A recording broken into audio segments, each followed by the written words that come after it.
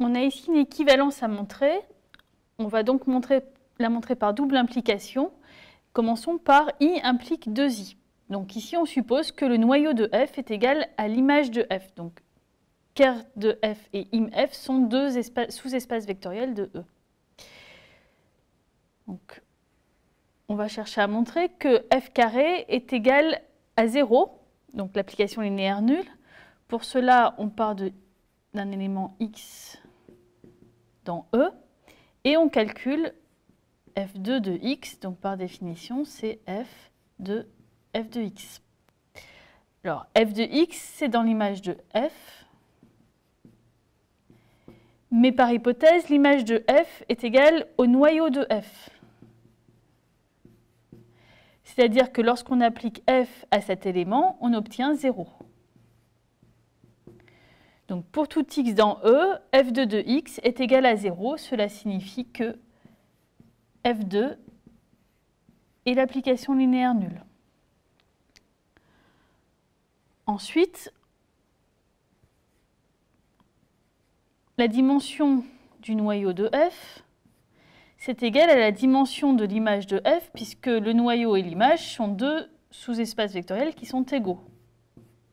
Alors, dimension de l'image de f, par définition, c'est ce qu'on appelle rang de f. On va utiliser le théorème du rang. On est bien dans les hypothèses. Ici, grand E égale grand f sont bien de dimension finie égale à n. F est linéaire de E dans E. On sait que la dimension de E est égale à la dimension du noyau plus le rang. Donc, si on applique le théorème du rang,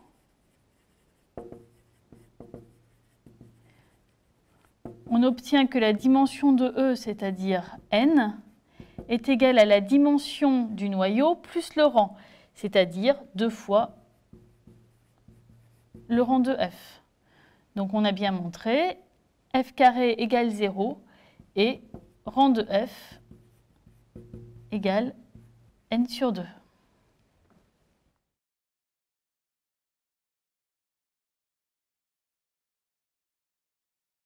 On va maintenant prouver l'autre implication. On suppose que f carré égale 0 et que n égale 2 fois le rang de f, c'est-à-dire 2 fois la dimension de l'image de f.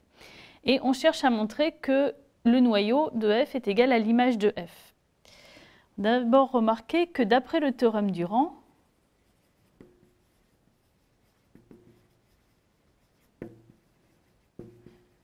comme n égale 2 fois la dimension de l'image de f et que n est aussi égal à la dimension du noyau plus la dimension de l'image, on obtient que la dimension du noyau est égale à n sur 2, qui est aussi la dimension de l'image. Autrement dit, noyau de f et image de f sont deux sous-espaces vectoriels de même dimension. D'autre part, on va montrer que l'image de f est incluse dans le noyau de f. Pour cela, on part d'un élément dans image de f, c'est-à-dire un y qu'on peut donc écrire sous la forme f de x pour un certain x. On va montrer que y est dans le noyau de f, donc on va calculer f de y. On doit trouver 0. Alors, f de y, c'est f de x. Autrement dit, c'est f2 de x, mais par hypothèse, f2 est l'application linéaire nulle. Donc f2 de x est égal à 0. Donc on est parti d'un y dans l'image de f. On a montré que f de y égale 0. Ça signifie que y est dans le noyau de f. C'est vrai pour tout y dans l'image. Donc on a bien montré cette inclusion. Image de f incluse dans le noyau de f. Et d'autre part, image de f et noyau de f ont même dimension. Donc, on en déduit que ces deux espaces vectoriels sont égaux.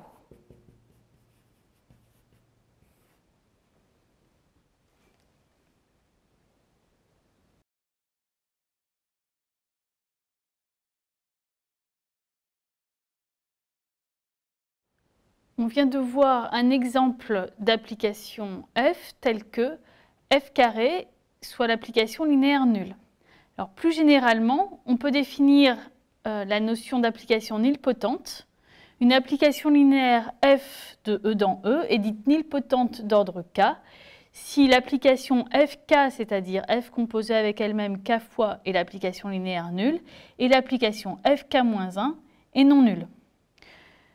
Donc ce qu'on a vu, c'est que si E est de dimension finie, que l'on suppose f ker de f égale im de f, à ce moment-là, f est nilpotente d'ordre O plus 2, et en fait on peut montrer qu'elle est nilpotente d'ordre exactement 2.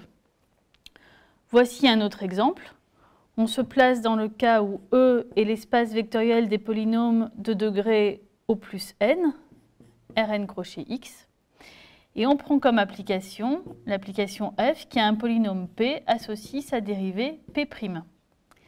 Alors je vous laisse vérifier que f est bien linéaire de E dans E et que f est nilpotente.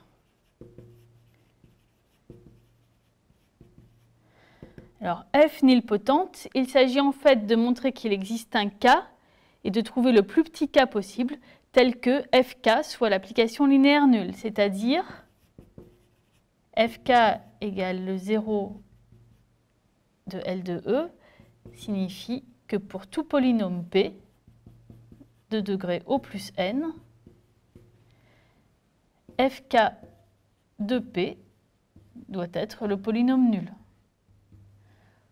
Pour cela, remarquez que puisque f est l'application dérivation, f composée k fois avec elle-même appliquée à p, c'est exactement la dérivée km du polynôme p.